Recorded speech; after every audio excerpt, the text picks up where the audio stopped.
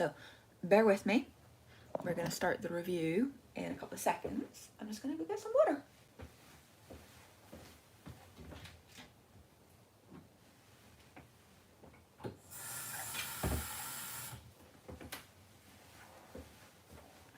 And I'm back. So today we are reviewing The Lost World by Michael Creighton. I read this book about a month ago and I wrote like a little review thing to talk through on a live because we did Jurassic Park. So now we're doing The Lost World and I just haven't got around to it. Guys, I'm sorry. I've been working. I'm getting made redundant. I'm getting married in like 4 days. So this is really the first downtime I've had at all. So, how does the new island in The Lost World differ from Isla Nublar in Jurassic Park? Well, I think it makes the story different because the new island in The Lost World isn't set up for visitors at all. It really is just a research facility, and you see that a lot with the dirt roads, like, and the lack of infrastructure, and it makes it harder for the people to hide. Compare and contrast the characters of Ian Malcolm in Jurassic Park and The Lost World. I actually don't think Ian Malcolm evolved that much in the two books. I think that it's odd he wanted to come back. Like, I think he's trying to prove to himself that he's brave, and then he just gets hurt again. So I don't think there's actually that much difference. He still completely believes in chaos theory. I think he almost wanted to prove himself wrong by going back to the island, but that's just me. Discuss the motivations the different characters have in travel to the island and their goals and conflicts. Do they really, like, apart from scientific research or proving that there is a lost world, which never really gets, like, unproven. I'm gonna just clean my camera a little. I don't really know. Like, it's really just money at the end of the day. I don't think there's actually that much to go with when you go to Isla, the Lost World Island. There's the research aspect, but then on top of that, what else? They're researching, they think there's a lost world, but there isn't, and then they want scientific research and they want to clone them themselves. Hey, Nerve. So, what is the significance of the lost world hypothesis in the context of the story? Okay, so the lost world hypothesis, it's been a while since I read the book, so it's that a lost world could exist and that animals would eventually escape from it and we would eventually find them. It's kind of like Kong, Skull Island, right? Lost world. If it does exist, why haven't we found it? There would be evidence of it somewhere, you know, Lost City of X, all that stuff. It just proves a hypothesis that the person who finds this lost world is going to be incredibly famous. And I think everybody wants to find the lost world. You know, does anybody have any questions about Jurassic Park or The Lost World, or did anybody see the new movie? I like the Spinosaurus. We went to see it the weekend it came out and I really, really enjoyed it. Like, I know it's just silly monster garbage, but I still really like it. So, we are moving on to Themes and Ideas of The Lost World by Michael Creighton. The Lost World explores the dangers of scientific ambition and the potential consequences of playing God. How are these themes explored in the novel? Well, they're explored in pretty much the same way as they're explored in the first novel. If you play God, the thing you invent will eventually destroy you. It's the same in Frankenstein and all those sorts of, you know, books. So, yeah, if you mess with nature, nature's going to come back and bite you in the ass. So, next question. Discuss the role of technology in the story. How does Creighton portray power and the potential risks of advancing technology? Don't play with things you don't understand. That's pretty much like, if you're going to embrace technology, you need to understand how it works. And I think that plays out really well with how the kids understand the computers, but the adults don't. I think that's a really good kind of conflict within the Lost World. Anybody else agree or disagree?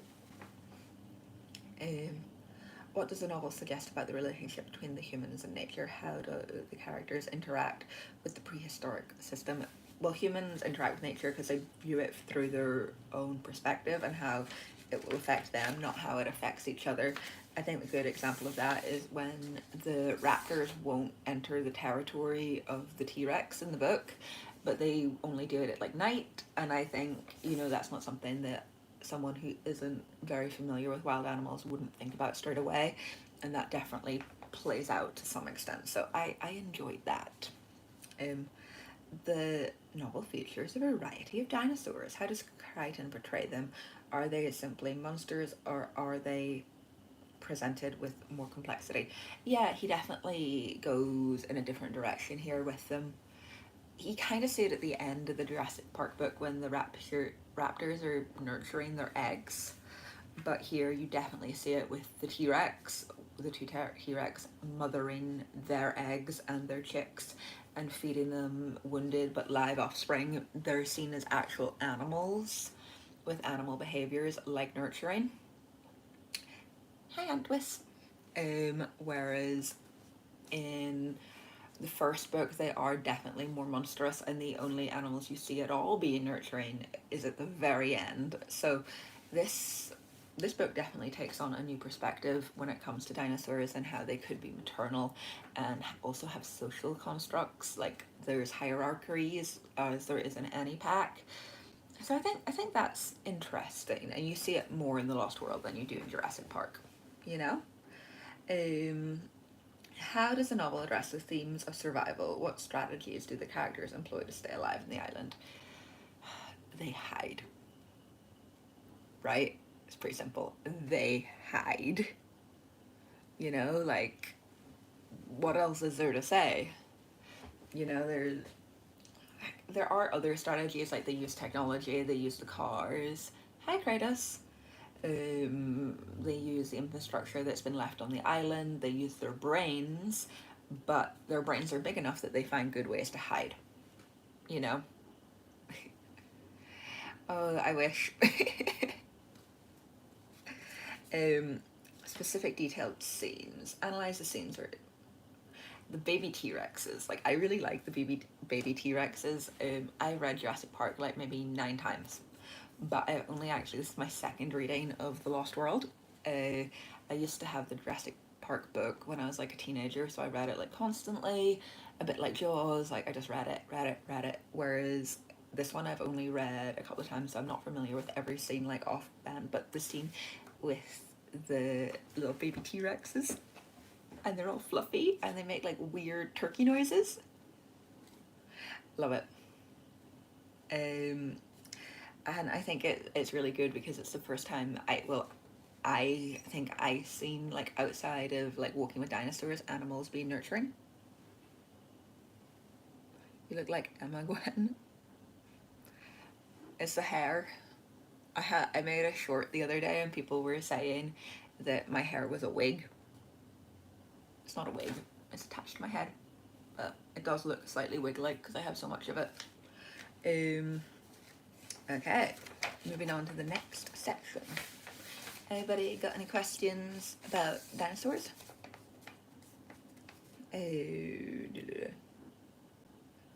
Oh yes, so the significance of Site B and what that reveals about Hammond's vision of ethics and genetic engineering. So I think Hammond wanted genetically perfect dinosaurs, but genetically perfect within the sense of what we view dinosaurs to look like. And I think you get a lot of that. Like, I've been listening to the Horrible Lizards podcast, and they go into detail about how people are annoyed that dinosaurs are feathered, or if dinosaurs are portrayed in art to be feathered, people get annoyed because they're not the dinosaurs they grew up with, but they're not like based on scientific evidence, and you have to go with science. Well, I think you have to go with science, and I think a lot of people do, but I think Hammond's vision of dinosaurs is kind of more like 60s, 70s, where they're large, lumbering lizards. And I think that's one of the reasons that the first park failed, was because he didn't see that these could be fast-moving, agile, intelligent creatures. He thought they would literally be big-ass Komodo dragons, you know? And I think it is very interesting that he thought that, okay, we need to get them and get them looking the way the general public think they're going to look before we bring people in. I wish they had dinosaurs at the zoo. But you can go look at birds, you know, or crocodiles, pretty similar, right? Examine the role chaos theory in the novel. I mean, it's the same as in the first book. Like, everything that can go wrong will go wrong at some point, you know, and I'm not sure how much I actually believe in chaos theory. I might actually Google it after this live and see if it's a real thing. I think it probably is. But it pretty much is the premise that anything that can go wrong will go wrong, and that's why you leave 4 hours to get to the airport. I think so. I'm pretty sure like most birds are related to dinosaurs in some way, shape, or form. What impact of the ending of the novel does it differ from the ending of Jurassic Park? Well, like, the ending of this novel is them just exiting, you know, and getting left. Like, I did like seeing the guy get eaten by the baby T-Rex. That's a really good scene. But it, again, it leaves it very open-ended. Like, I really wish Michael Creighton had lived longer and written more books and explored like the theme of that into the future. I tried reading Andromeda Strain by Michael Creighton and I just could not like it. I got like maybe quarter of the way through the book and I was gonna do like a whole Michael Crichton live stream series because I read Congo. I know it's stupid, but I liked it. And I also read, oh, was it Virus? It's the one about like the intelligent monkey. It's pretty much Planet of the Apes before Planet of the Apes, but I really liked that as well. So I thought, okay, I'll maybe reread them and then we'll do like this like live stream thing and we'll all talk about Michael Crichton books because they're so famous. And then with the new Jurassic Park movie coming out and like the new Twister movie, and Michael Crichton wrote the original Twister like script, so I was like, oh, we could do like a Michael Crichton series. But then I did not like Andromeda Strain at all. I just couldn't get into it, and I feel bad because my stepdad recommended it to me and he was like, oh, I read that years ago, you'll like it. I'm like, no, guy, like, no. So I think I'm just gonna have to like maybe do like some Michael Crichton, but not all Michael Crichton. Okay, comparison to Jurassic Park. If you're watching this, guys, give it a like. It helps me out. Which novel did you find more compelling, Jurassic Park or The Lost World, and why? Jurassic Park simply because it's more people being thrust into something they don't know what it's going to be, whereas in Lost World they're all pretty aware, apart from the two kids, they're all pretty aware in the Lost World is what they're going to some extent, and they're kind of prepped, whereas in Jurassic Park they don't know that they're going to be taken to this island with dinosaurs. So that's definitely the difference in my perspective, is you've got people who are semi-aware and chose to go here, and then in Jurassic Park you've got people who thought they were going on a research project. You know, there's also the difference in Lost World where you don't have, you know, a Hammond figure saying like, this has to work, this has to work. So I think that's the difference. I do think Jurassic Park is better, much better, but like, I mean, they're still good. The scene where the dinosaur is pushing the RV off the cliff in Jurassic World is real, not Jurassic World, Lost World, is really, really well written. Really like that scene. I like the baby T-Rexes, like there's lots of stuff in it. I like the dinosaurs that can camouflage. They're really cool. But definitely I still think Jurassic Park is better as a book, you know? How does the tone and atmosphere of The Lost World compare? I think the tone of The Lost World is different within the sense that you know what's coming to some extent in The Lost World, where you don't know what's coming in Jurassic Park. You know, the people don't know what's coming, but in Jurassic Park, but in Lost World they do, so the tone is very different. Like, I know it's a monster book, like people are gonna die, people are gonna get eaten, and I've read a lot of monster books recently, but I don't know. I don't know, the tone is definitely different. It's like more cynical. There's more cynicism in The Lost World than in Jurassic Park because there isn't the wonder anymore, apart from the kids. You see a little of it through the kids' eyes, but that's it really. Okay. Are there any elements from Jurassic Park that are improved or diminished in The Lost World? I do think The Lost World has, in general, well, for the T-Rex, I think it has better kind of descriptions, and I think some of the behaviors of the dinosaurs are better described in the Lost World. Crichton obviously did a little bit more research between Jurassic Park and the Lost World, and I think that shines through. Like, you've got the scent marking, you've got the different like areas, like they don't go into each other's like hunting ground, their behaviors as a herd. I think those are all better described in the Lost World. But in general, I think the description of the dinosaurs is more terrifying in Jurassic Park.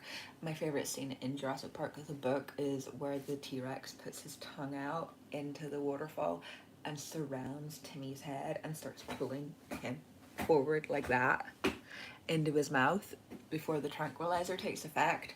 That, I remember the first time I read that when I was probably about 13, I remember it being like, oh my god, like that is terrifying, but also so good. And even now when I reread that, like it's been years since I read it in the summer again, I was like, oh my god, like that still gives me goosebumps. It's so good. It's such a good scene. Okay. Um, what do we think Michael Crichton was trying to convey in this novel? Anybody got any ideas? I personally think he was capitalizing a little bit of money, but that's just me. But I also think he was, again, trying to convey that you shouldn't mess with science that you don't understand. I think in a lot of Crichton's books, that is the main theme. Like, don't mess with something you don't fully understand. You know, and I think if he was around today and writing, a lot of his stories would involve AI. I mean, you kind of see that in Westworld, you know, another one of his creations. So yeah, don't don't fuck with stuff you don't understand. Like that's pretty much like the premise of most of his books, and that science should be explored within controlled environments. And I gotta go, guys.